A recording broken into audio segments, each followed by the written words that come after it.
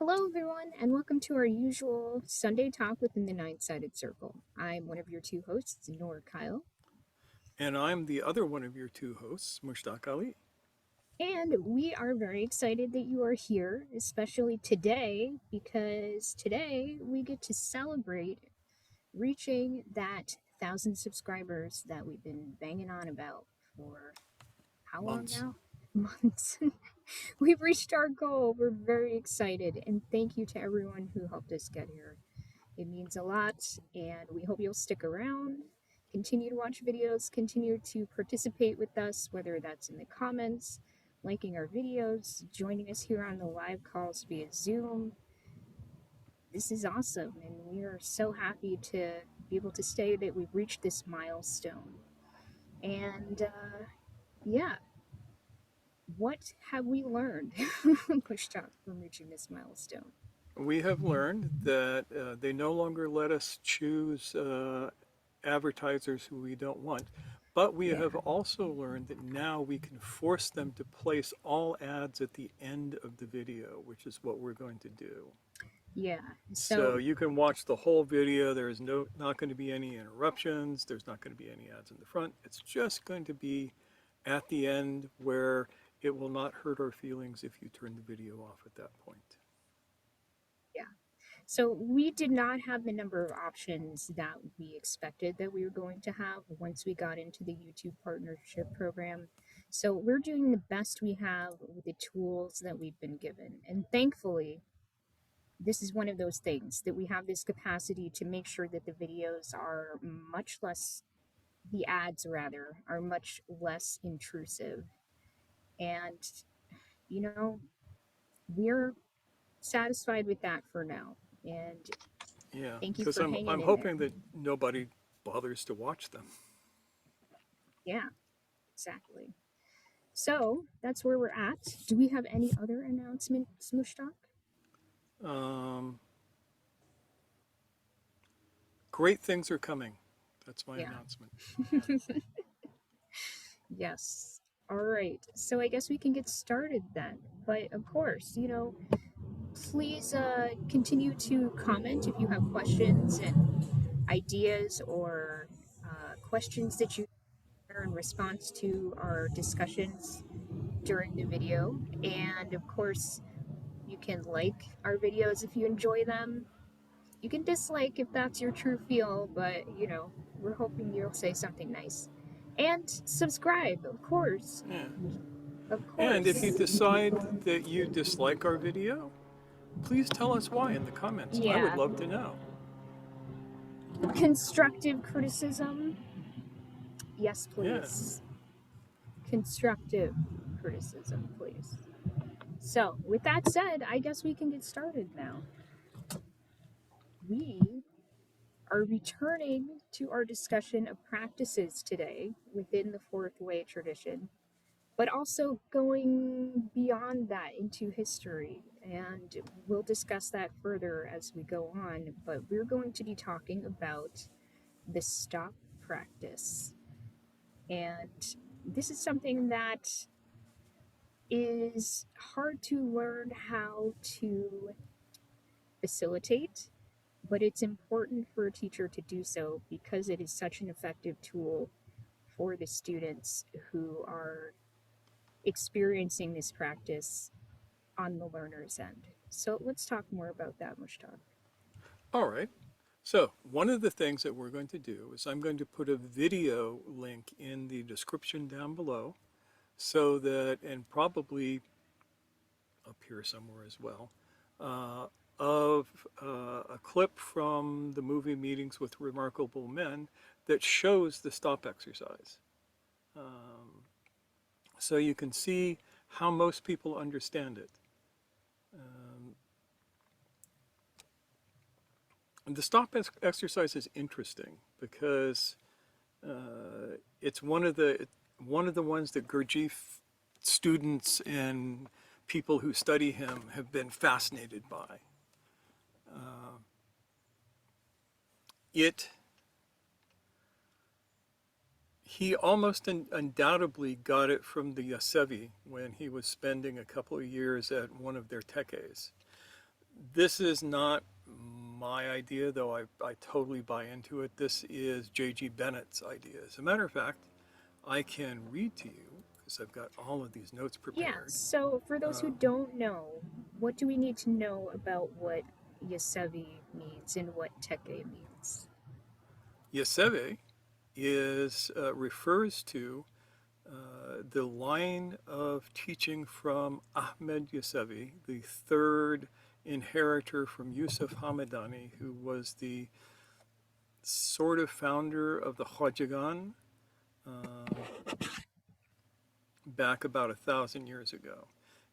This is our lineage. This is several tariqa come from the line of Yusuf Hamadani. Some come through Ahmed Yesevi. Some come through other teachers, but the Naqshbandi, the Kubresi, some say the Halveti, but I don't know about them. But the Bektashi and the Yesevi all come from this line, and this seems to be where the stop exercise originated. And the Uh, tekke and a is, tekke is a Sufi house. Tekke is Turkish. I think I know the so. Turks will use it. Yeah. And in Farsi, it's a khanra. It's also referred to as a zawiya in North Africa. Uh, what are some other words for it, Noor? I honestly can't Durga think of it. is Durga, is one yes, that that's one that we have used, yes. yeah, within our line that is a common term for a Sufi conclave. Is a Durga, Yeah, which means sometimes like a tomb almost. Hence the spooky background. spooky. Yes, and sometimes that's pronounced Darga, so you may Yeah, recognize it that way. But it's the same word, used the same way. yeah. We prefer Durga because it relates to all the way back to the Sumerian. In Sumerian, two words Dur and Ga means dark place. Very scary. Spooky. All right, so all this is to say, we are connecting this practice, via Bennett's hypothesis that Gurdjieff probably picked this practice up from his time hanging around with Yesevis and other folks like that. Yeah, and he makes a pretty decent argument for it, and he actually spent time in the area, which is something that a lot of Gurdjieff's later students can't say. Bennett he was in the British Foreign Service, spoke fluent Turkish, spoke good Farsi, spoke passable Arabic, and spent a lot of time hanging out with these folks. So I think that his argument carries a little water, holds up pretty good. Um, he says in Gurdjieff Making a New World, which is a pretty good book, um,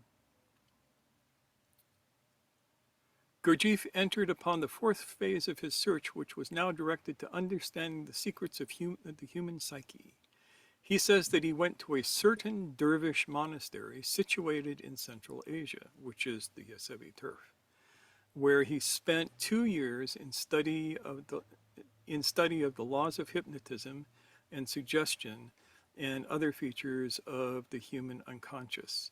I would hazard a guess that this was a Yesevi tekke, where Gurdjieff was able to learn a great deal about the use of music and rhythm, in which the Yesevis were specifically qualified. It is likely also that they introduced him to the stop exercise described in pages 351 through 356 of In Search of the Miraculous. So that's what Bennett says. I say that this is a practice that is used in certain Sufi orders. Some branches of the Naqshbandi use it, others don't. Um, I think that some areas of the Bektashis use it, though I wouldn't swear to that. And the Yesevis use it. And what is it that you may be using? Let me explain.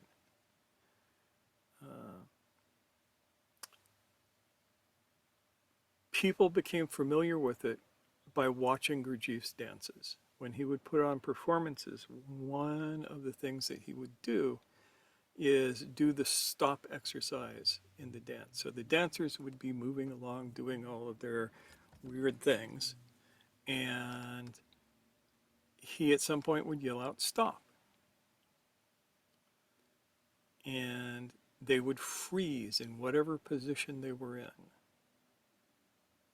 They wouldn't, like, if they had one foot up in the air, they wouldn't put it back down. They would just freeze there and hold it until he released them. And there are all sorts of explanations about what this is for. To get them to remember themselves, to be conscious, to notice the patterns of their habitual movements, all of this kind of stuff. There are other accounts, and I happen to have one right here. I posted this to the forum. An account by a traveler to Mecca in Blackwood's magazine, December of 1961, contains a description of a visit to a Sufi retreat and such of the work there as this novice was allowed to see. One remarkable exercise was carried out by all the members of the fraternity at intervals during the day when Sufis might be coming and going or carrying on various allotted tasks. The murshid, who is the teacher, would appear and suddenly shout the command. It's written here quif, but it's actually qaf, which literally means stop in Arabic. And stop they did. Everyone froze in his tracks until the word hu was given. During this period of freezing, the meditation of the Sufi point of view, as it is called, was taking place. The theory behind this is that when a person is at an intermediate stage between one action and another, he can free himself from the limitations of the ordinary thought processes, which are held to be a barrier to concentration. I took part in this exercise in common with the rest, it says. That's actually a better explanation of what it's for than perhaps is deserved in an article like that.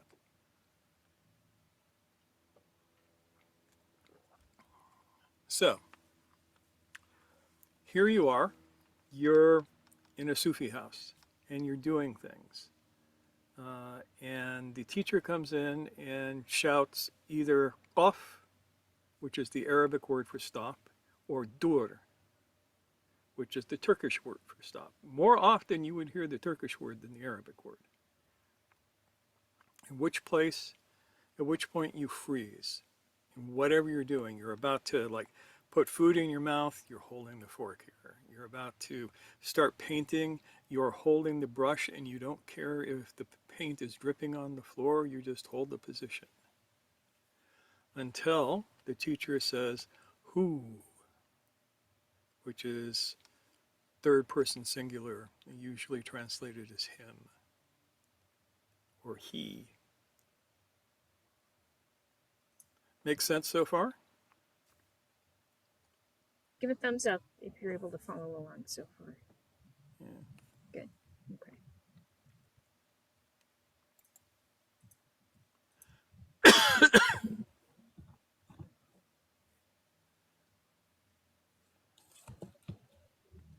So, here's the thing. I'm not even going to make you guys guess why you should do this.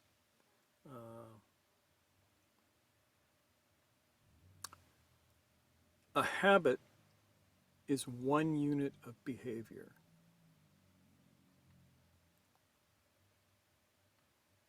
Do you understand what that means?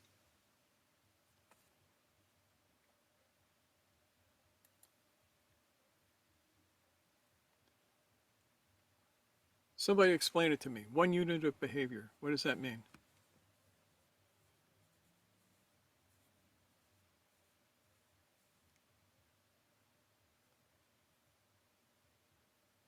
Nope. Okay.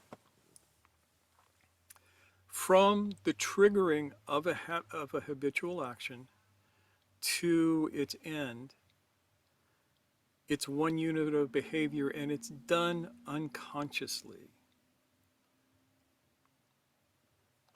So, um,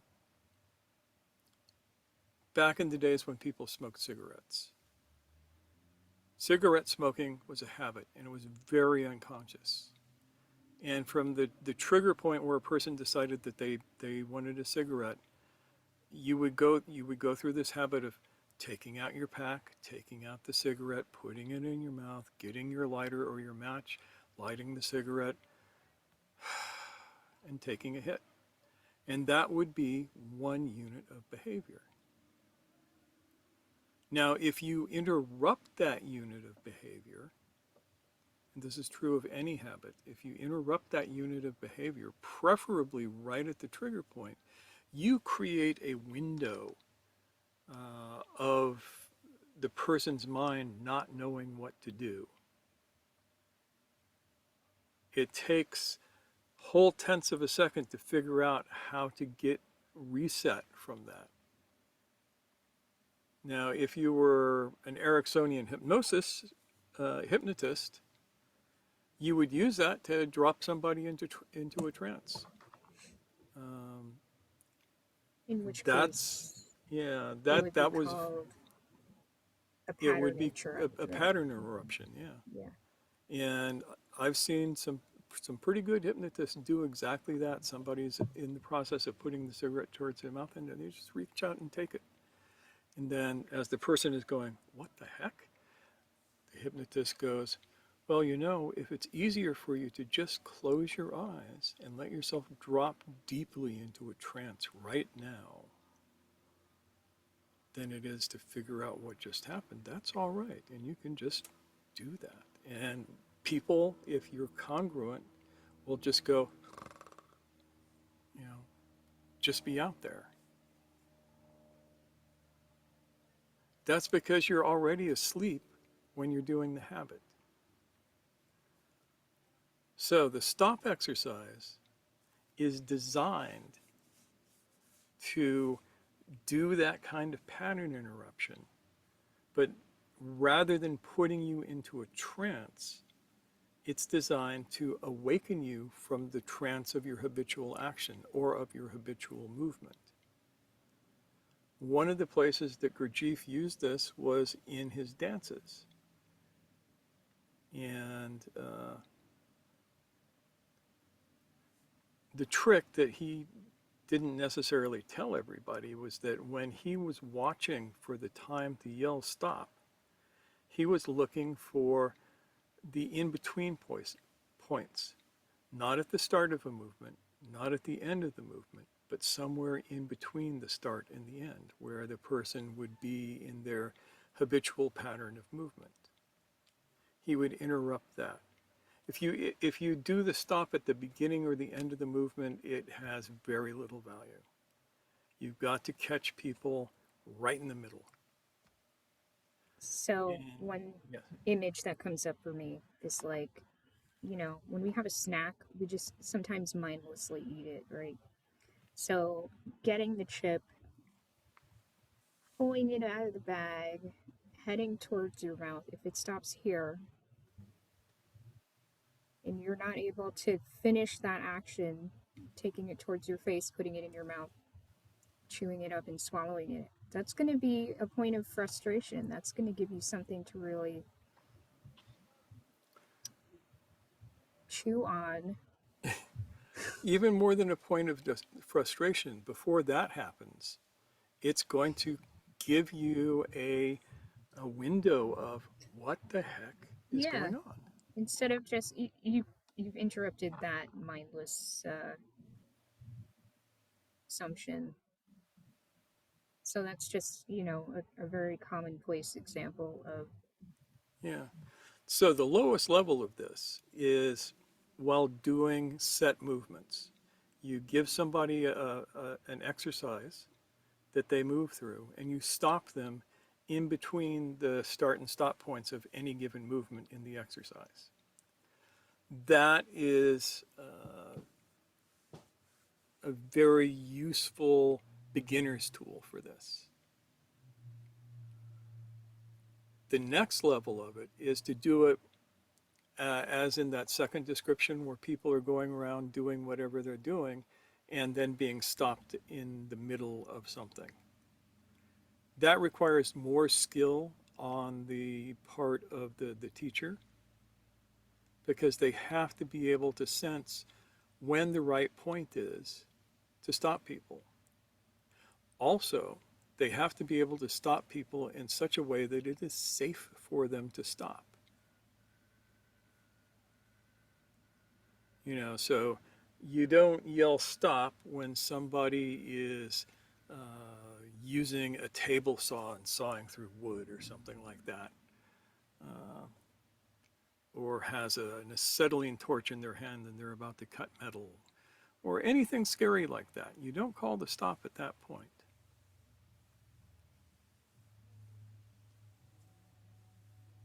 So it is incumbent upon the teacher to uh,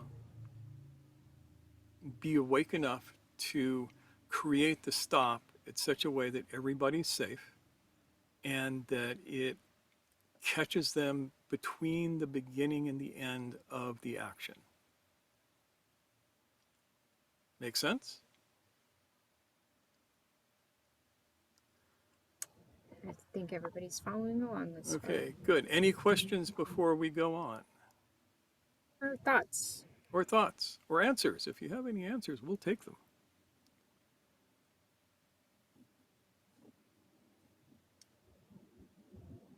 How about you, Jayesh?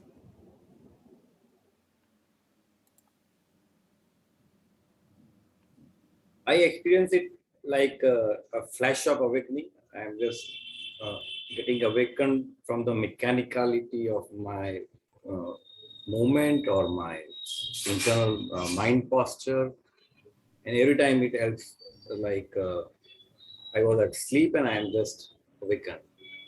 It's very very effective. And then when if I try to extend the pause, stop your pause exercise, then it further helped me to look at the situation of in which center I am, like emotional center or thinking center kind of things. But if I am not doing this pause or stop exercise, then just I act mechanically and life uh, pulls me in a mechanical way every moment. Yes. And I think we're going to elaborate on that in how there is this, this point of the exercise is to interrupt the pattern in order to kind of shake up the action of those centers. Yeah. So far we've been talking about the stop of the body. Here's where it gets interesting because that's the external stop exercise. There is an internal stop exercise too. Um, I don't know that Gurdjieff ever talked about this part of it, but we're going to. And it works like this. When the teacher calls to stop, you need to stop the words in your mind. Stop the thoughts. So you may be going around and, talking to yourself about what you're going to have for lunch, and you need to stop that. And this is tricky because you have to find the space between one word and the next. And this is how we train this. We take a phrase that has become habitual. In the case of the way I learned it, it was La ilaha illallah. There is no God but God. Every Muslim says this every day, over and over and over again. It's pretty much said without thought after you're maybe 4 years old. So the trick is when you are giving you are given a phrase like that, then you have to find a way to catch it in between one word and the next. And traditionally, it's done in between the la ilaha and the illallah. So you say to yourself, there is no God. And then you find that silence. And you hold it for however long you can hold it. When it feels like it's about to slip away, you finish the phrase, except for God.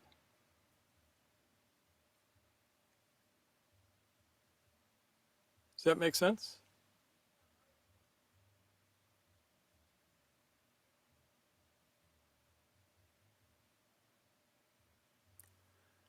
Once you have mastered this, it goes on to more complicated things. Um, the next two things you usually learn is there's what's called Salawat, which is wishing peace and blessings upon the Prophet Muhammad and his family. And then Al-Fatiha, which is the first chapter of the Quran. Again, both of these are virtually always done from habit. And the teacher cries out, Salawat, and everybody goes, Allahumma salli ala Sayyidina Muhammad wa ahle Muhammad. You know, peace and blessings on Muhammad and the family of Muhammad, or the house of Muhammad. And it's one long sound. And if the teacher goes, dar, in the middle of that, you have to stop. You can't finish the phrase. And you have to hold in the middle of that phrase until such time as he gives the release. So you catch it in between two words. And it's a lot like somebody plays a major scale, but they don't play the octave note. It has that sort of feeling to it. You know what I'm talking about, right? Do this or do this. Okay, we have people. Nora, would Birds. you kindly sing the first 7 notes of the octave and leave off the 8th? Yeah, and this goes for uh, Hindustani as well. Hindustani Yep. musical stuff. Anyway, do re mi fa sol la si. You feel that thing at the end there where you just want it to resolve? You're That's expecting what there you're to looking be that for. finish, yeah. Yeah. So you use that natural desire for the resolution to wake yourself up. And then go ahead, sing the last note. I'll just do the whole thing. Do re mi fa sol la si do. Because you're See having the that resolution yeah. between do, do. It becomes a whole, or we sense it as becoming a whole. And it's interesting because you don't get that urge for the last note at the other interval, at the mi fa interval at all. Um, Re mi fa.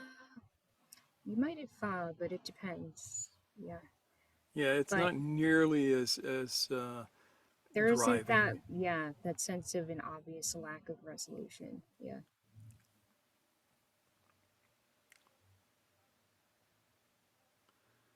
So this is how the stop exercises work, both externally and internally. And we love to do this as an exercise. And when we get our retreat going, um, one day, inshallah, we will probably do the stop exercise as part of the retreat.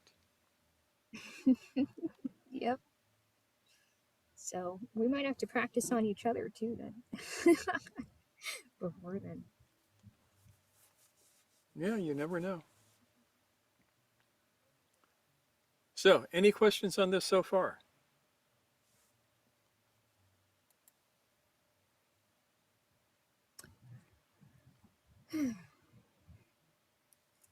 I'm gonna poke at people. Ailey, yes, thank you. Yeah, you can't do it by yourself, isn't it? You have to do Y- it in a group.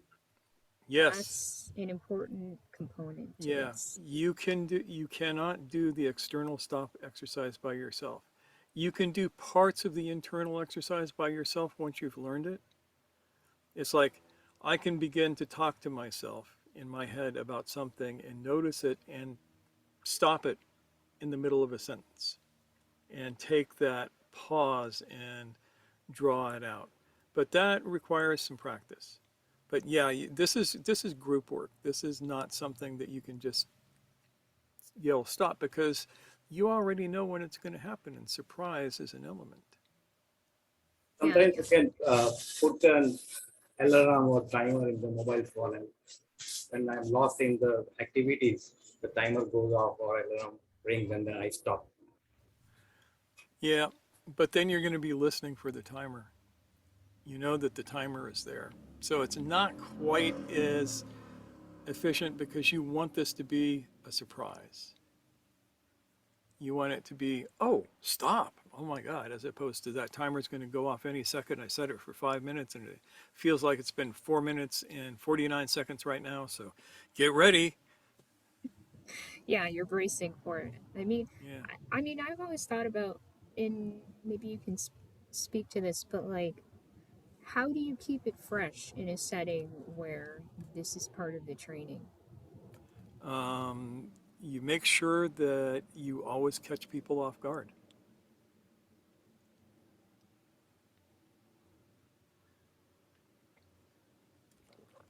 And if people are constantly waiting, paying attention to see if they're going to get the stop, that's all to the good because that means that they're staying awake. They're not falling into habit. That's fair. Yeah. Okay, good. There's a famous old story from Japan about a kid who comes to a sword master and says, Master, I want to learn the art of the sword. And the master says, okay, here, take this broom, go sweep over there. And this goes on for a few months. The guy's just cleaning up, and the kid is getting very frustrated because he hasn't learned anything about the sword. He hasn't even picked up a sword. And finally, he gets irritated when the master says, "Go fetch me water." He says, "When are you going to teach me to fight?" And the master looks at him and said, "Oh, you came here to learn to fight. Okay, go get some water." And while the kid is out getting the water, the master sneaks up behind him with a wooden sword and goes, whack! And from that day on, the master hits him out of the blue from all over the place. Middle of the night, when he's cooking, when he's taking a bath, the guy is liable to just pop up out of nowhere, hit him with the sword, and then just disappear.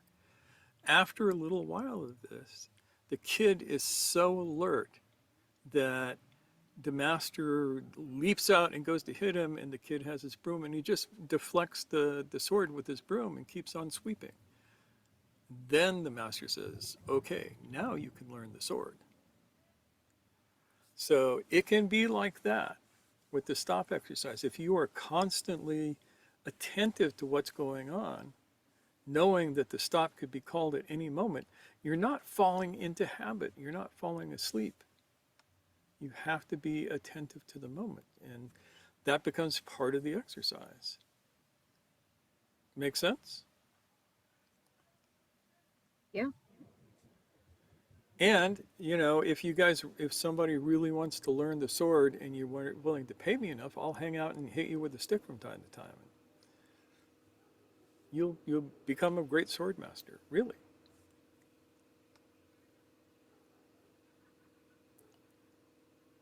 Don't ask her to do that, though, because she hits harder than I do.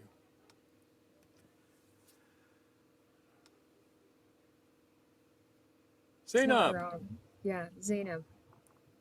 So is it one of the shocks on the Enneagram, if you want to put it? Yes, it is. Any of the stops are a shock. Mm-hmm.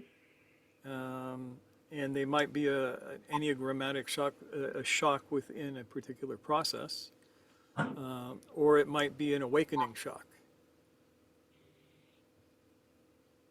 That little wake up. So yeah, this relates to the shocks.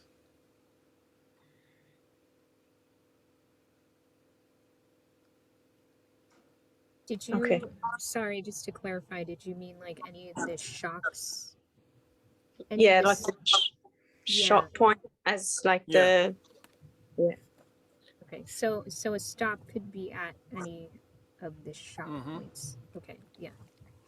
Same as like the notes on the piano, as you just mentioned. Yeah. So would it be still effective if it's not on the shock? Like if it's in the between? It creates its own shock. If you do it right, it creates its own shock.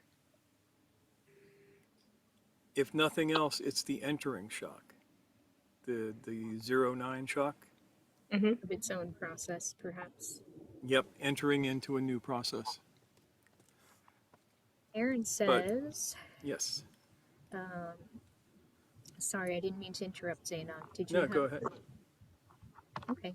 Aaron says, it seems like a shock whose purpose is to remind you that you're in a process to begin with. And that's not wrong.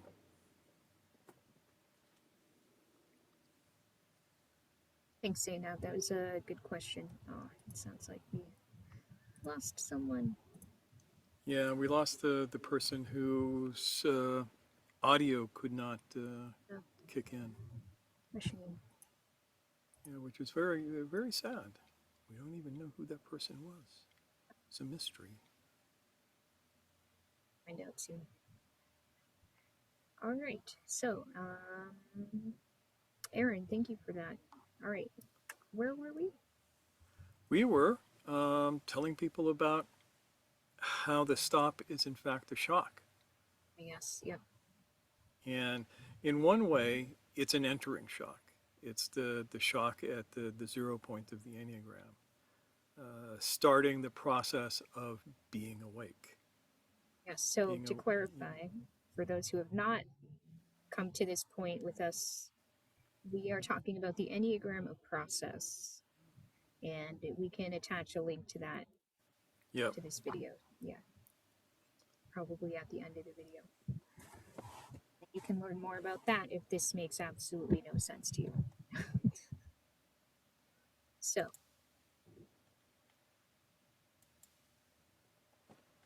yeah, so we mentioned how it is important to have a teacher who is conscientious and awake so that they can facilitate this process well. Yeah, if you get somebody who doesn't know what they're doing, it's not going to produce the right effect, because it will not, it will only randomly catch somebody between the initiation and the end of a habitual process. By random, you mean? The stop could happen at the beginning of the process. It could happen at the end of the process, and you need to have it happen in between. Okay, this is why it's done with movement first. And if you watch the Gurdjieff movements, for instance, it's really easy to see this because the movements, even though they're complex, all have beginnings and ends. Start here, end here, right? And the stop is always delivered in between here and here. So right about here, stop, and you freeze.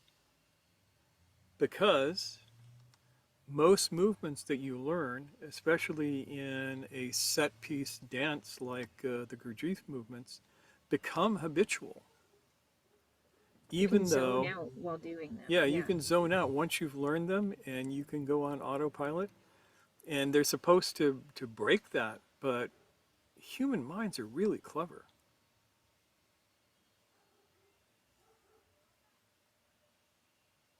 And even though they are designed, most of the Gurdjieff movements are the spiritual equivalent of patting your head and rubbing your belly. Yeah, that thing. Yeah. And they're designed to make you pay attention. So, for instance, here is my right finger, here's my left finger. Why don't I'm you going lift to your hands move, up a little bit? yeah, Yeah. I'm going to move my right finger. No, that's my left finger. I'm going to move my right finger um, clockwise. This is, okay, it looks counterclockwise on the screen. Now I'm going to move my left finger counterclockwise, which is like this, and that looks like it's clockwise on the screen. You can all do that, right? You can move one finger clockwise, the other finger counterclockwise, clockwise, and counterclockwise. Now, do it at the same time.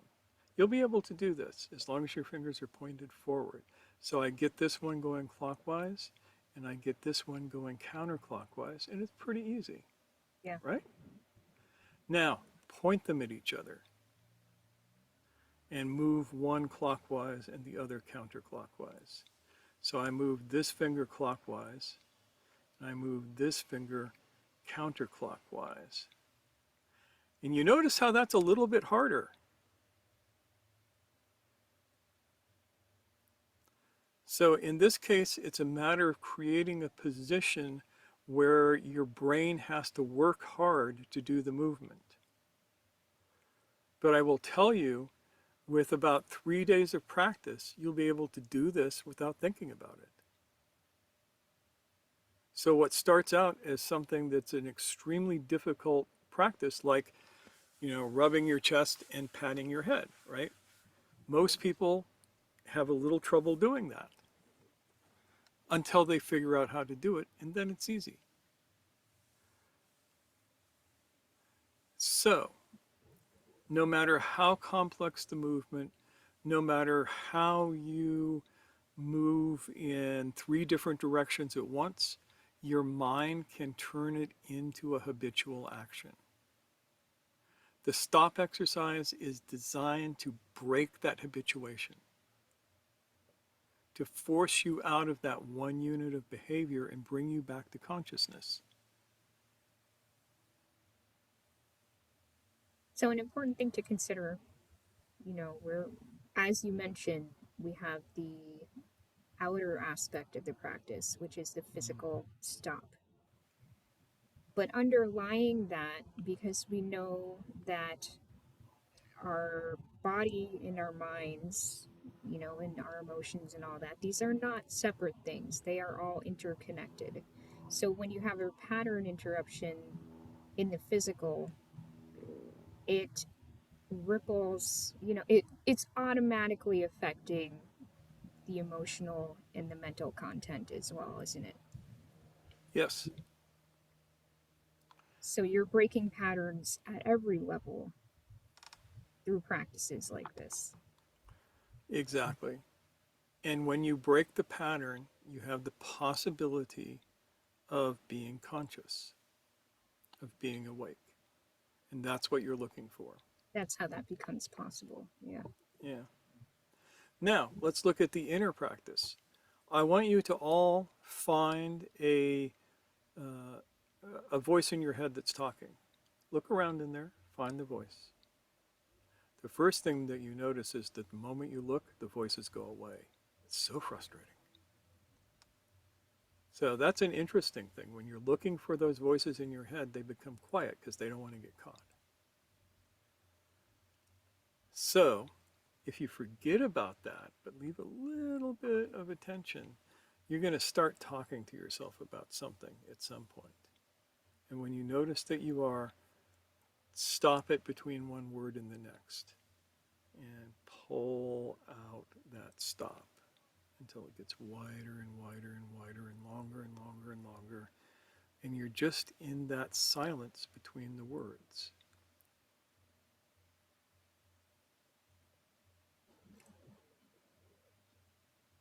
This is actually a special instance of the void practice, finding the silence between the sounds, only done inside rather than outside. Talked about that. Yeah. Yeah. Anyway, For me, is that a part of the process of self-witnessing? Yes, exactly right.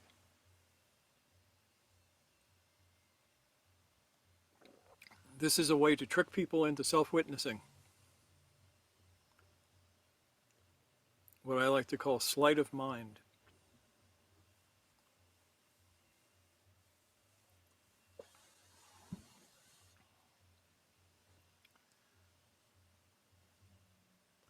So,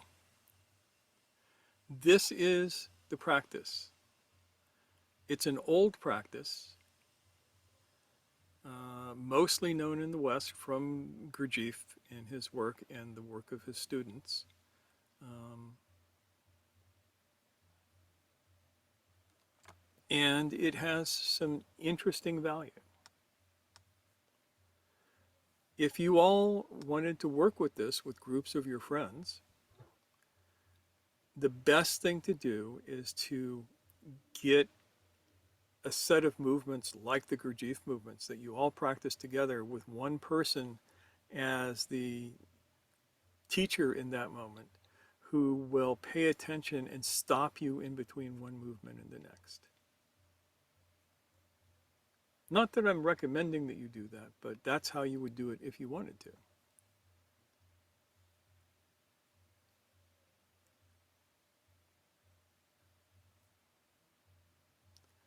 And when we do the Sweden retreat, this is what we're going to do. We're going to be teaching you a set of sacred movements and then working the stop exercise during it.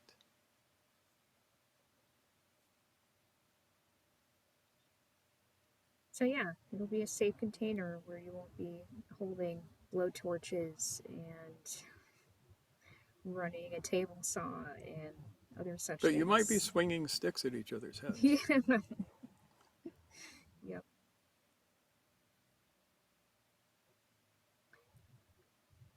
Cool. So I'm looking forward to getting to practice that in the real world. It could also, I'm imagining it being kind of entertaining as well, you know. It can be amusing. Exactly. And knowing us, it will be. Just about inevitably.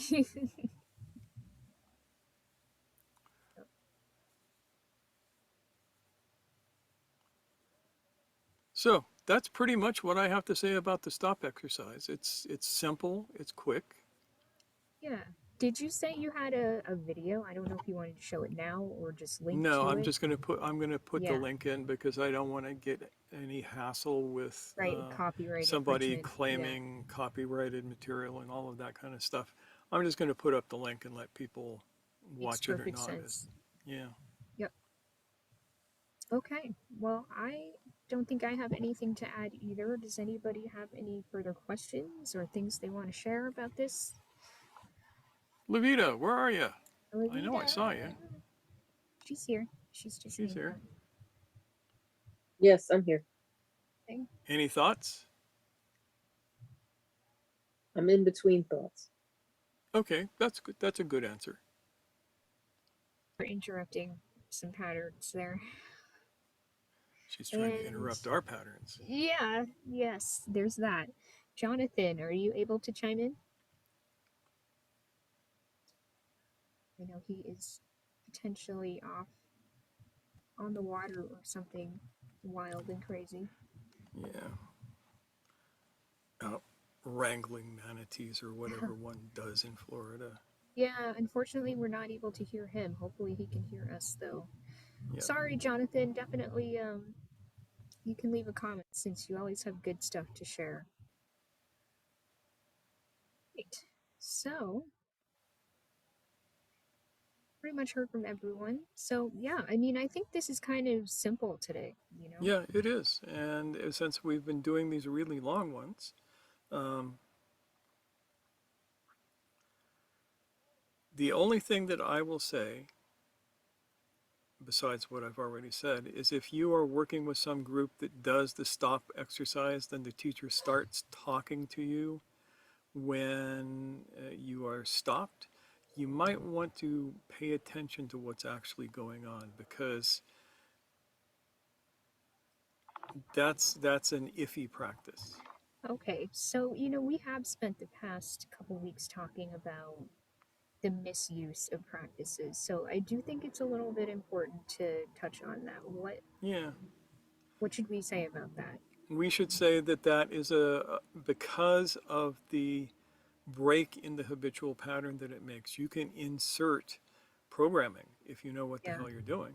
Okay. Yeah. And traditionally, when the teacher calls stop, everything is silent until he says who. Okay, so it really is just a moment of quiet observation or of Yes. doing a practice in that moment rather than someone yammering at you. Yeah. So yeah, because that is a point of vulnerability if someone It is really doing this is. And skillfully. it should not be abused. And I have it on good authority that there are some groups that do, in fact, abuse that. So that's another reason to give you this exercise is so that you can know what it should be and what it shouldn't be.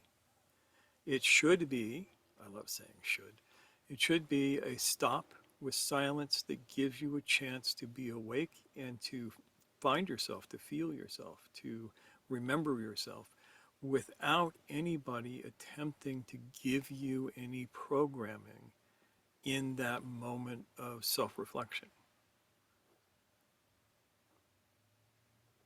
So there is that part of it. Okay, so I think this is a more well-rounded conversation now because we've Yeah. touched on, you know, how it can be used in sloppy or deliberately irresponsible ways, like putting people in Even harm's way. nefarious ways. Nefarious, we do love that Yes. word. Or, yeah, taking a vulnerable moment of, you know, this pattern interruption in which you are susceptible to suggestion or whatever, and taking advantage of that. So, no to those things. Got it. Okay. So at this point, I do think that that about covers it. And if people It have does. any further questions, you can chime in now or you can leave a comment in the bottom of the YouTube or you can catch us on the forum. Yep. So, So, Brady Bunch mode. Brady Bunch mode. Great, everyone. We were a little quiet today out there, but I think that we've covered a really important practice, and hopefully, when we have the opportunity to get together with some of you in person, we'll be able to demonstrate what this is like, not just in words, but in practice, and that could be a lot of fun. Yeah. So we're And looking next forward week, to we that. have something really weird planned. Do So, we? we do. Do you want to give any previews on that? No. No, we're going to keep it Yeah. secret? Okay, until we Yes. post about it, Secret that weirdness. will be secret weirdness. But here we are. Let's wave to each other and everyone who's watching on YouTube. Thank you so much for being here and being part of the conversation. and we will see you soon. Bye.